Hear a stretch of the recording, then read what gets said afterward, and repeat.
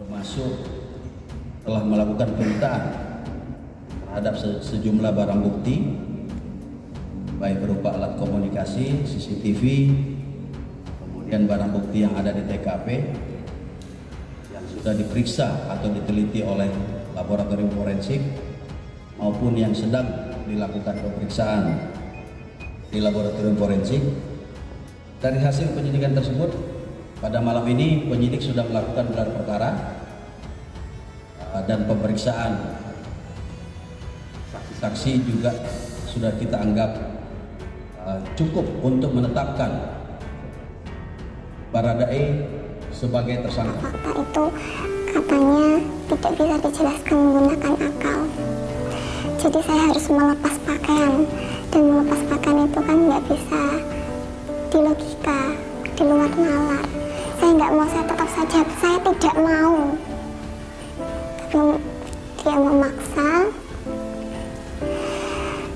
masih menggunakan alasan yang sama. Kalau kamu tidak mau, berarti kamu masih menggunakan akal. Kamu belum menjiwai, itu metafakta. Apakah orang yang berzina harus dirajam? Azaniyatu wazani, pezina laki-laki, pezina perempuan, fajlidu kulla wahidin minhuma mi'ata jaldah, cambuk 100 kali kalau belum nikah. Kalau sudah nikah, asyaikhu wasyaikhatu, laki-laki perempuan yang sudah nikah, tanam sebelah setengah badan dalam tanah, lempar pakai batu sampai mati. Bocor lagi, isi chat Putri Chandrawati ke Brigadir J terkuak. Ada rahasia apa? Terungkap isi chat atau pesan yang dikirim istri IJ Ferdisambo, Putri Chandrawati, kepada Brigadir J. Hal ini diungkapkan oleh Roslin Emika selaku bibi Brigadir J melalui unggahannya di Facebook. Melalui akun Facebooknya tersebut, Roslin Emika mengungkapkan capture chat yang dikirimkan Putri Chandrawati kepada keponakannya tersebut, Kamis 4 Agustus. Diketahui, capture chat tersebut memperlihatkan bahwa pesan dikirim pada saat Brigadir J berulang tahun.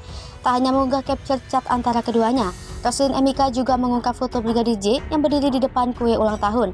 Capture chat itu sendiri memperlihatkan ucapan selamat ulang tahun untuk Brigadir J yang ditulis dalam bahasa Inggris. Melalui keterangan unggahannya, Roslin Emika pun menuliskan curhatannya dan pesan ke Putri Chandrawati. Apalah arti semua pemberian dan ucapan ini? Selain capture pesan, terdapat pula foto Brigadir J di depan kue ulang tahun yang juga bertuliskan Happy Birthday Bodyguard Joshua. Banyak netizen yang menyoroti isi kiriman pesan Putri Chandrawati di hari ulang tahun Brigadir J. Polisi akui Baradae tak membela diri. Baradae disangkakan pembunuhan dengan sengaja ke Brigadir J. Polisi kini mengakui di kasus polisi tembak polisi, Baradae bukan membela diri ketika menembak Brigadir J. Polisi telah menetapkan Baradae Richard Eliezer atau Baradae sebagai tersangka dalam kasus tewasnya Brigadir Nofriansah Yosua Huta Barat alias Brigadir J.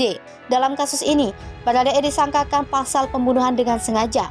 Menurut polisi, penembakan yang dilakukan Baradae dalam insiden di rumah Kepala Divisi Profesi dan Pengamanan Polri Nonaktif Irjen Ferdisambo Jumat 8 Juli 2022 bukan upaya membela diri dari Brigadir J. Keterangan polisi kini pun seakan tak sejalan dengan kronologi yang disampaikan Polri di awal yang menyebutkan Baradae menembak karena membela diri dan merespons tembakan Brigadir J.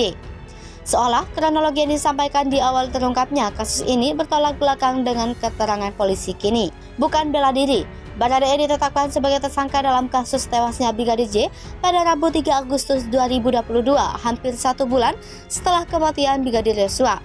Baradae menjadi tersangka atas laporan yang dibuat oleh pihak keluarga Brigadir J terkait dugaan pembunuhan berencana.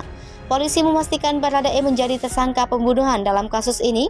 Baradae diduga tidak dalam situasi membela diri saat membunuh Brigadir J hingga dijerat pasal tentang pembunuhan yang disengaja. Pasal 338 Jo pasal 55 dan 56 KUHP jadi bukan bela diri, kata Direktur Tindak Pidana Umum Badan Reserse Kriminal Polri Brigjen Andirian dalam jumpa pers di Mabes Polri Jakarta, Rabu 3 Agustus 2022. Adapun pasal 338 KUHP berbunyi, barang siapa dengan sengaja merampas nyawa orang lain diancam karena pembunuhan dengan pidana penjara paling lama 15 tahun. Sementara pasal 55 KUHP berbunyi demikian. 1. Pidana sebagai pelaku tindak pidana. 1. Mereka yang melakukan, menyuruh melakukan, dan turut serta melakukan perbuatan. 2. Mereka yang dengan memberi atau menjanjikan sesuatu dengan menyalahgunakan kekuasaan atau martabat, dengan kekerasan, ancaman, penyesatan, atau dengan memberi kesempatan, sarana, keterangan, atau sengaja menganjurkan orang lain agar melakukan perbuatan. 2. Terhadap penganjur, Hanya perbuatan yang sengaja dianjurkan sajalah yang diperhitungkan beserta akibat-akibatnya. Aturan dalam pasal ini merupakan penerapan sanksi pada pelaku yang melakukan penyertaan tindak pidana apabila dalam sebuah kasus terjadi pelanggaran yang dilakukan oleh beberapa waktu lalu. Lalu, pasal 56 KUHP mengatakan dipidana sebagai pembantu kejahatan. 1. Mereka yang sengaja memberi bantuan pada waktu kejahatan dilakukan. 2. Mereka yang sengaja memberi kesempatan, sarana atau keterangan untuk melakukan kejahatan. Status tersangka Baradae ditetapkan setelah pihak kepolisian memeriksa 42 saksi dalam kasus ini, termasuk ahli-ahli dari unsur kimia biologi forensik, metalurgi, balistik forensik, IT forensik, dan kedokteran forensik. Polisi menyampaikan ke depan masih akan terus melakukan pendalaman terkait kasus ini.